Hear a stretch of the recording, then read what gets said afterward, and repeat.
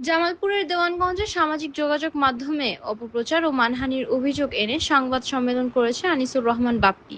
বিস্তারিত থাকছে রফিকুল ইসলামের প্রতিবেদনে। জামালপুরের দেওয়ানগঞ্জে ডাংধরে ভুল তথ্য দিয়ে কন্টেন্ট বানিয়ে সামাজিক যোগাযোগ মাধ্যমে ফেসবুকে অপপ্রচার করে মানসম্মান ক্ষুণ্ণ করার অভিযোগে ভুয়া টিভি বর্তমানে আলোকিত ডাংধরা পেজের মালিক আশরাফ হোসেনের বিরুদ্ধে প্রতিবাদী সংবাদ সম্মেলন করেছেন ডাংধরা ইউনিয়নের মেম্বার আনিসুর রহমান বাপ্পি।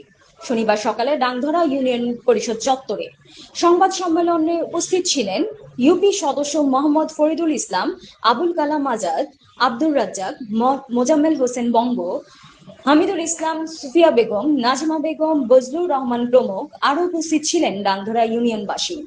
সংবাদ সম্মেলনে আনিসুর রহমান বলেন, গ্রামীণ অবকাঠামো উন্নয়নে 1,10,000 টাকা আত্মসাৎ করা হয়েছে, অথচ সেই টাকা এখনো প্রকল্প অফিস থেকে উত্তোলন করা হয়নি।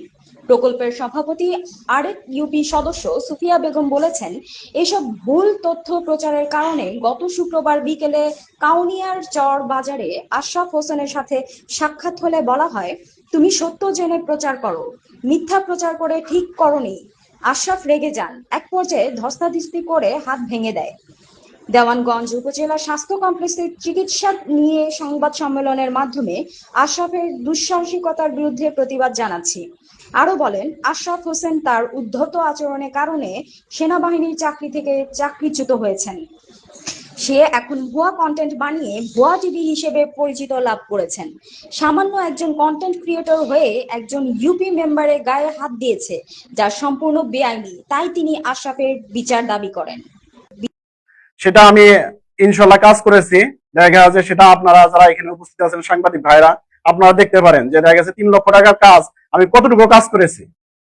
কিন্তু আমার বিরুদ্ধে মিথ্যা গুজব ছড়িয়ে আমাকে সম্মান হানি করেছে।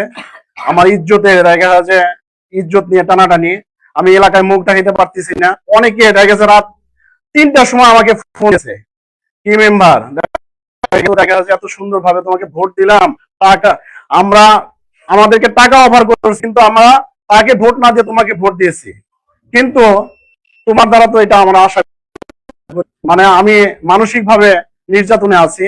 আমি আপনাদের মাধ্যমে প্রশাসনের কাছে বিচার চাই যে আমাকে এই হেনস্থা কেন করা হলো, আমার সম্মান হানি করা হয়েছে, এর সুষ্ঠু বিচার চাই আপনাদের কাছে।